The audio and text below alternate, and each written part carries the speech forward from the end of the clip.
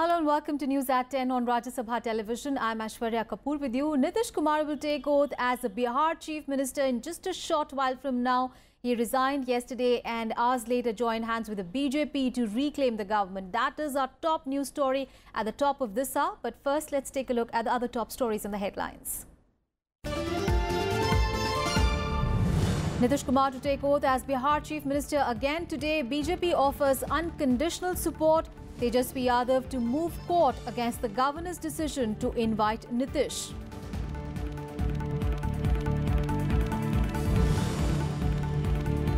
National Security Advisor Ajit Doval in Beijing for BRICS meet, expected to meet as State Councillor Yang Jiechi to resolve standoff in Sikkim.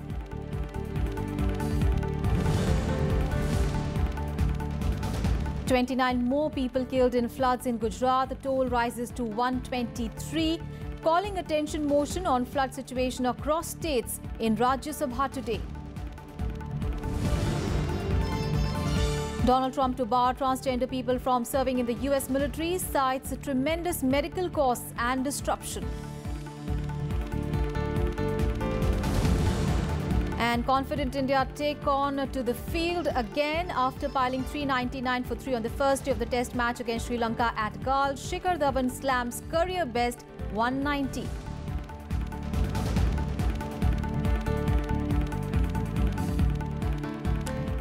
So the biggest story this hour, Nitish Kumar will take oath again as the Chief Minister of Bihar in a short while from now.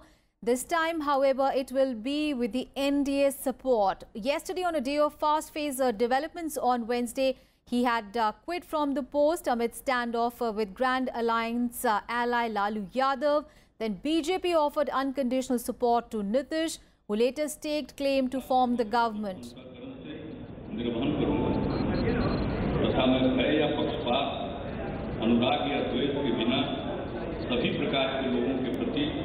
संविधान और विधि के अनुसार न्याय करूंगा।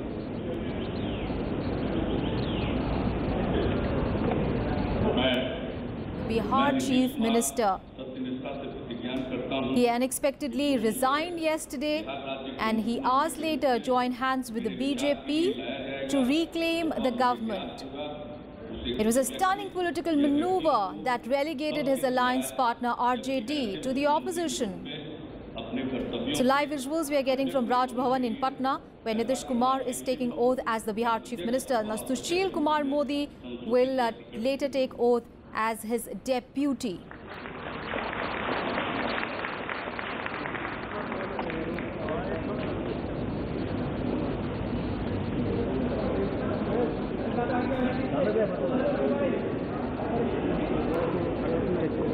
So Nitish Kumar had ended his party JDU Mahagathbandhan or the Grand Alliance with the Lalu Yadav's RJD and the Congress last evening. He then later joined hands with his former partner, the Bharatiya Janata Party. So yesterday night we saw this high-octane drama happening. In fact, that drama continued through the night as well. This after Nitish Kumar met Bihar Governor Keshrinath Tripathi and he staked claim to form the government in the state. Remember, all entire this oath-taking ceremony coming in the backdrop of protest by his former deputy Tejasvi Yadav, who has now said that the RJD will go to court to protest against the governor's decision to invite Nitish Kumar to form the government in the state.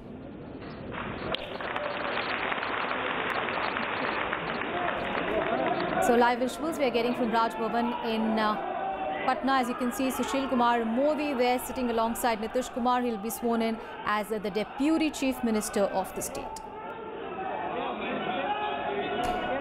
So this entire resignation fiasco really coming in after Lalu Yadav reiterated that his son Tejasvi will not quit, he will not resign as the Deputy Chief Minister. This despite really being caught in a corruption scandal. So Nitish Kumar has taken oath as the Chief Minister of Bihar for the 6th time now, and all this happening in 12 years. Modi ji से अनुरोध है कि कृपया मंच पर शपथ ग्रहण के लिए पधारने का महामहिम के समक्ष पद एवं गोपनीयता की शपथ लें। So, the governor really calling on Sushil Kumar Modi, who will be taking oath as the Deputy Chief Minister.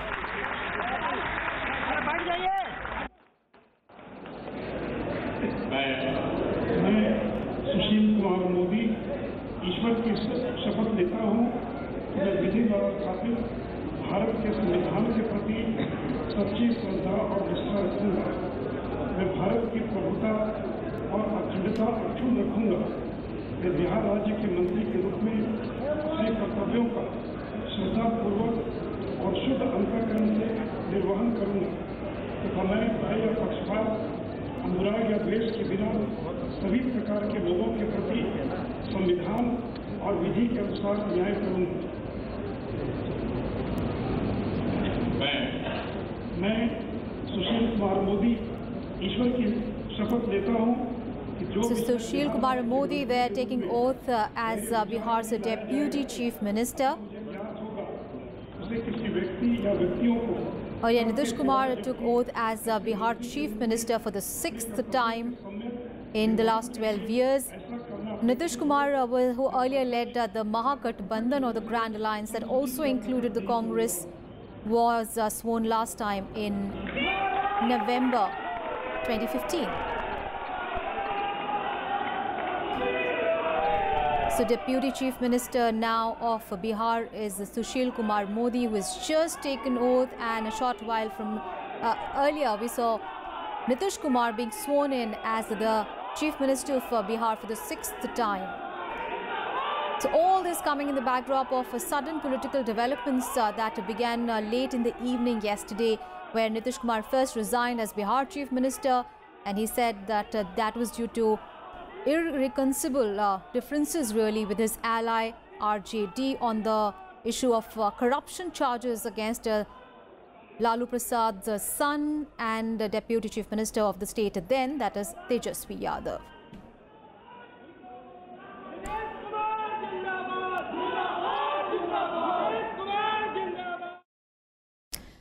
On to some other news now. BJP Chief Amit Shah and Union Minister Smriti Irani will contest the Rajya Sabha elections from Gujarat. Now, the BJP Parliamentary Board's decision to bring the party chief to Parliament for the first time was announced by senior party leader JP Nadda yesterday. Now, elections will be held for 3 seats in the state on 8th of August. The party also announced that Smriti Irani will be fielded for a second term from the state.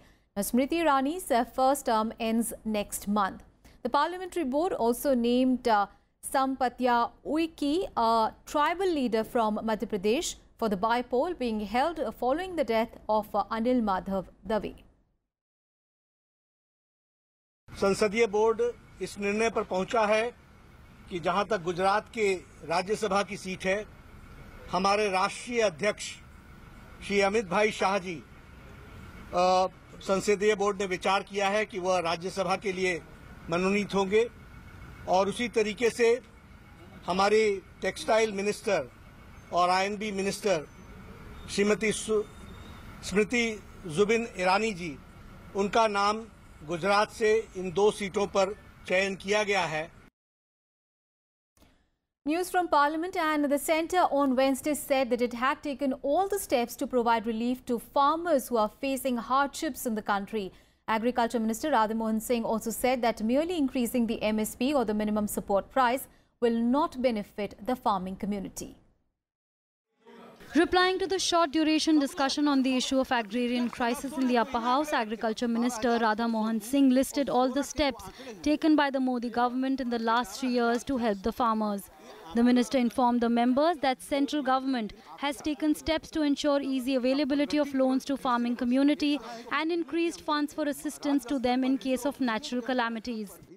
सभी पैक्सों का कंप्यूटरीकरण किया जाए, जिससे technology की मदद से विकास को भी गति मिलेगी और पारदर्शी तरीके से निर्णय हो पाएंगे और उनको ऋण मिल पाएगा. कि मोदी सरकार के पहले 5 वर्षों का जो कुल आवंटन था राज्यों के लिए, वो था 33,580 करोड़. मोदी सरकार बनने के तुरंत बाद उसको बढ़ाकर किया गया अगले 5 वर्षों का आवंटन 61,260 crore.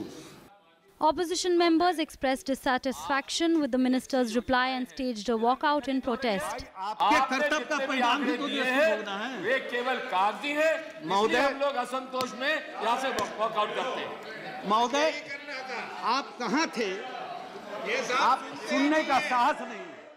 The Agriculture Minister also informed the House that the crop insurance scheme has been a success and in the near future, the nation will be self-reliant in the field of pulses and oilseeds. Vishal Dahiya's report for Rajya Sabha TV. And in the lower house, External Affairs Minister Sushma Swaraj on Wednesday made a statement on the 39 missing Indians in Mosul in Iraq. Ms. Sushma Swaraj said that there is no concrete evidence that the 39 Indians who were abducted from Mosul in Iraq have been killed and that she will not declare them dead without any evidence. Swaraj also said that the government will continue its efforts to trace the missing Indians.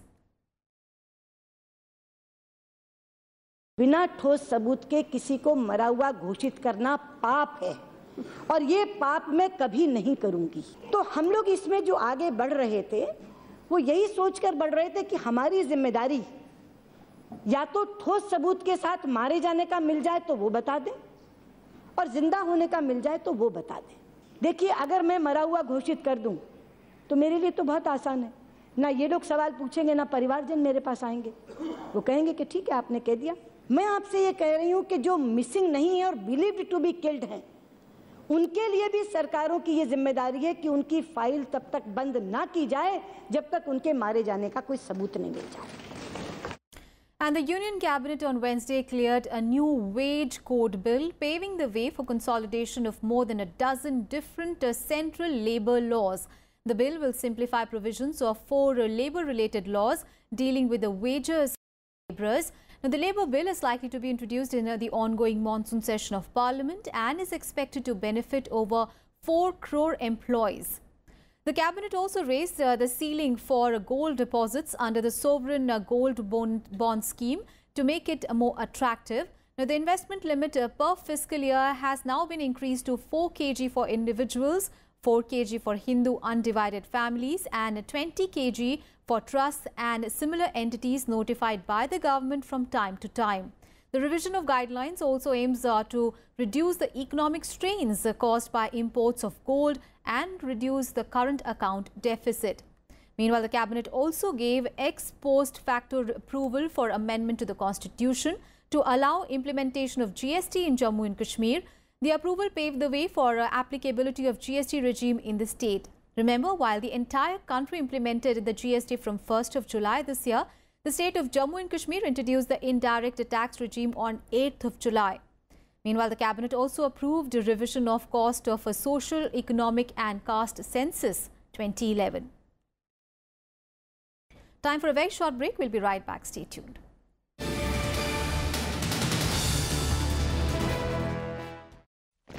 आजादी की जंग लड़ने वाले मेरे दोस्तों, आजादी चाहिए तो उसकी कीमत खून दे के चुकानी होगी।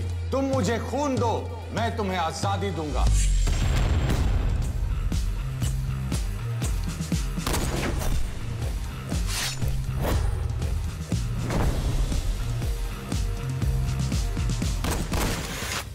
आईएनए की बागी फौजियों पर अंग्रेज देशद्रोह का मुकदमा चलाएंगे। उन तीनों के बचने के चांसेस कम हैं।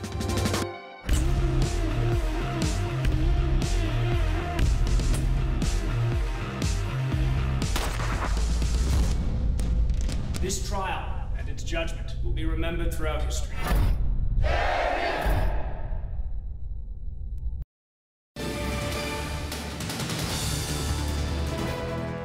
Now an update on the flood situation. At least 29 people were killed in floods in Banaskantha district in Gujarat, taking the total deaths in the state so far to 123. Now the government has announced a compensation of 4 lakh rupees each to the kin of the deceased. Meanwhile, today in Rajya Sabha, Ripun Nabora and Prasanna Acharya will call the attention of the Minister of Home Affairs to the situation arising out of recent floods in various parts of the country, particularly in Assam. At least 29 people were killed on Wednesday in the floods in Banaskantha district following torrential rains in Gujarat. The death toll in the current monsoon season in the state now stands at 123. 12 more NDRF teams are being airlifted and rushed to Gujarat. Banaskantha and Patan are among the worst hit districts in the state. Meanwhile, the Gujarat government on Wednesday announced a compensation of 4 lakh rupees each to the kin of the deceased. Food packets and drinking water bottles were also distributed in the flood-hit areas. अमूमन 10,000 से ज़्यादा लोगों को shift या एवोक्यूट किया गया था। फिर भी जहाँ पर भी ये पानी लो लाइन एरिया में कहीं पर भी जमा हुआ था, तो जो कंप्लेंट्स वगैरह कुछ मिली थी, तो उसके ऊपर जो लोकल एडमिनिस्ट्रेशन है और इवन स्टेट गवर्नमेंट है, वो जो भी सहायता प्रदान कर सकती है वो अभी कर रही है। The army on Wednesday rescued 27 people from Rajasthan as the situation improved gradually. The Met Department has issued warning for heavy rainfall in the southeast and southwest parts of the state till today. In Jharkhand's Lohardaga district, an ambulance with 4 members of a family in it was washed away in the early hours of Wednesday. A massive search operation was launched to trace the victims, even as the rains continued. Several low-lying residential areas across the state are facing flood-like situation due to heavy rains. लगातार जो बारिश हो रही है, ये परसों से हो सकता है कि थोड़ा रुक कर बारिश होगी, लेकिन परसों भी बारिश होगी। इसके लिए हम लोगों ने चेतावनी भी जारी किया है कि कुछ जिले हैं जहां बहुत ज़्यादा बारिश होने की संभावना है। As the flood situation in North Odisha improved, Chief Minister Naveen Patnaik deputed 3 senior officers to separate districts and asked them to report him on the prevailing scenario. Districts in North Odisha are likely to escape a major flood this time, with the water level in major rivers showing a declining trend. The Met Department, however, warned that heavy rainfall is likely in a few places in the next 48 hours. Bureau Report, Rajya Sabha TV. National Security Advisor Ajit Doval arrived in Beijing on Wednesday to attend a 2-day meeting of the BRICS top security officials. Now, Doval's visit comes amid simmering tensions between India and China caused by the standoff near the Sikkim border. Now, Doval is expected to hold talks with China's State Councillor Yang Jiechi on the sidelines of the meeting to resolve the issue. Though China maintains that there would not be a meaningful dialogue without the unconditional withdrawal of Indian troops, the meeting between Doval and Yang is expected to ease tensions between the two countries. During the 2-day meet, Doval will also meet Chinese President Xi Jinping along with the fellow officials for an interaction on security issues relating to BRICS countries. Now, Chinese and Indian troops have been locked in a face-off in the Tri-Junction area of Dokla for more than a month now. This after Indian troops stopped the Chinese army from building a road in that area. The big international story: US President Donald Trump is barring transgender people from serving in the military in any capacity, citing tremendous medical costs and disruption. Now, Trump's announcement on Wednesday morning on Twitter did not say what would happen to the transgender people who are already in the US military. The president tweeted that after consulting with the generals and military experts, the government will not accept or allow transgender individuals to serve in any capacity in the US military. Now, Trump's decision drew swift reaction from critics. House Minority Leader Nancy Pelosi called the move a cruel and arbitrary decision. Also, hundreds of transgender supporters protested in Times Square against the decision. The president has a lot of support for all Americans and certainly wants to protect all Americans at all times. The president's expressed concern since this Obama policy came into effect. But he's also voiced that this is a very expensive and disruptive policy, and based on consultation that he's had with his national security team, came to the conclusion that it erodes military readiness and unit cohesion, and made the decision based on that. Once again, President Trump has shown his conduct is driven not by honor, decency, or national security, but by raw prejudice. And they've even said they thought this was a political advantage for them. I love my country, the people I serve, and the people who serve with me. I've had so many people reaching out to me about the president's tweets. Here are the facts. We are not a disruption to the military. In fact, we're a vital part of it. Transgender service members serve as aircraft crew, mechanics, and even drill sergeants, and many other critical roles.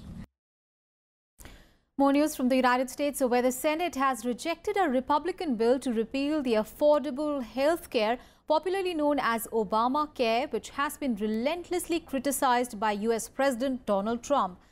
Now, the bill, which would have given a 2-year window to bring a replacement of Obamacare, was defeated by 55 to 45 votes yesterday in the Republican majority Senate.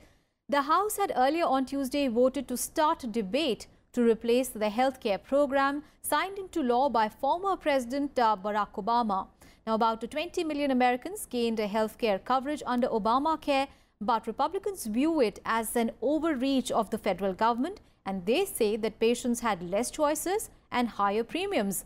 Now, 7 Republicans, including Senator John McCain, voted no to the move to only repeal Obamacare and giving a 2-year window for a new healthcare bill for its replacement. On to some cricket news now, and India will look for a big score in their first innings of the first test against Sri Lanka at Gal today as they resume their innings on the second day. On the first day, India dominated the proceedings as they amassed 399 for 3 thanks to brilliant answer from Shikhar Dhawan and Cheteshwar Pujara. Now, Dhawan's quick-fire highest test score of 190 runs came just off 168 balls as he and Cheteshwar Pujara tormented the Lankan bowling attack to stitch 253 runs for the second wicket. Now, Dhawan and captain Virat Kohli then fell in quick succession, but Ajinkya Rahane steadied the ship along with Pujara to lay a platform for a big total. Pujara was on 144 not out and Rahane on 39 runs at the end of the day's play. For host Sri Lanka, pacer Pradeep took all the 3 wickets.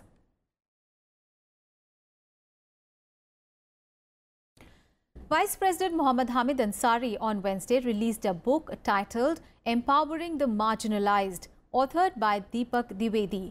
Now, speaking on the occasion, the Vice President said that empowering people and to strengthen their capacities, that should be the main objective of development. The event was also attended by former Jammu and Kashmir Chief Minister Farooq Abdullah as well as senior Congress leader Digvijay Singh. Development is a very fashionable word.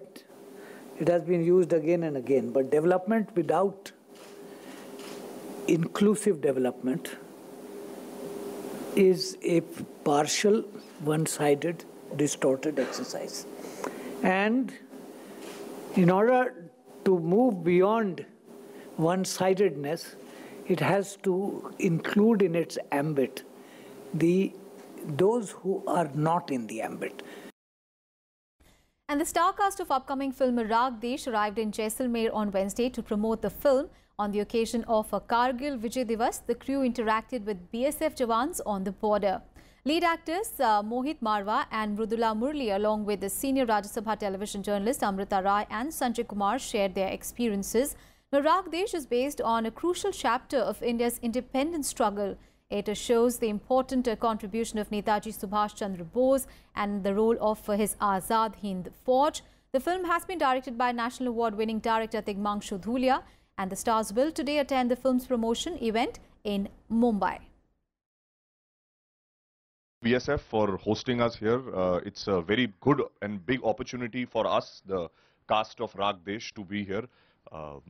ये film जो है हमने बहुत मेहनत से बनाई है. ये हिंदुस्तानी की एक आज़ादी की लड़ाई का बहुत बड़ा चैप्टर था, आज़ाद हिंद फौज का, जो हमने दिखाने की कोशिश की है. I play the role of Captain Dr. Lakshmi Sehgal. She's a doctor. She was a captain. I'm really happy to be playing the role. We did pass through the struggles and the efforts it took to fetch us the freedom. जितनी शिद्दत से आप लोग अपनी duty करते हैं, उतनी शिद्दत से हमने इस फिल्म को बनाने की कोशिश की है और ये देश को समर्पित एक फिल्म है. देश की आज़ादी की लड़ाई किस तरह से लड़ी गई, उसके बारे में ये फिल्म है. दरअसल इतिहास को जानने का हक इस देश के हर उस नागरिक को है जो लोकतंत्र में, कौमी एकता में यकीन रखता है, और ये फिल्म लोकतंत्र को मजबूत बनाने वाली है. And Prime Minister Narendra Modi will inaugurate a memorial of former President APJ Abdul Kalam at the latter's birthplace at Peikarumbu near Rameshwaram. Now, this is to mark the second anniversary of the former president's demise. Now, Prime Minister will hoist the national flag at the 15 crore memorial designed and built by DRDO. He will also unveil a statue of Dr. Abdul Kalam and offer floral tributes. He will also interact with the family members of late Dr. Kalam. The Prime Minister will also flag off the Sandesh Vahini Vision 2020 Rath that will take off from the memorial at Rameshwaram and reach the Rashtrapati Bhavan in Delhi on 15th of October, which is the 86th birth anniversary of Dr. Kalam. Now, it carries pictures, videos and speeches elucidating Dr. Kalam's vision across 17 states, especially targeting the student community. The Prime Minister will also flag off a new express train from Ayodhya to Rameshwaram. He will end the day with a public address. That's all in this edition of news. Coming up ahead is Parliament news in both Hindi and English. Thanks for your time.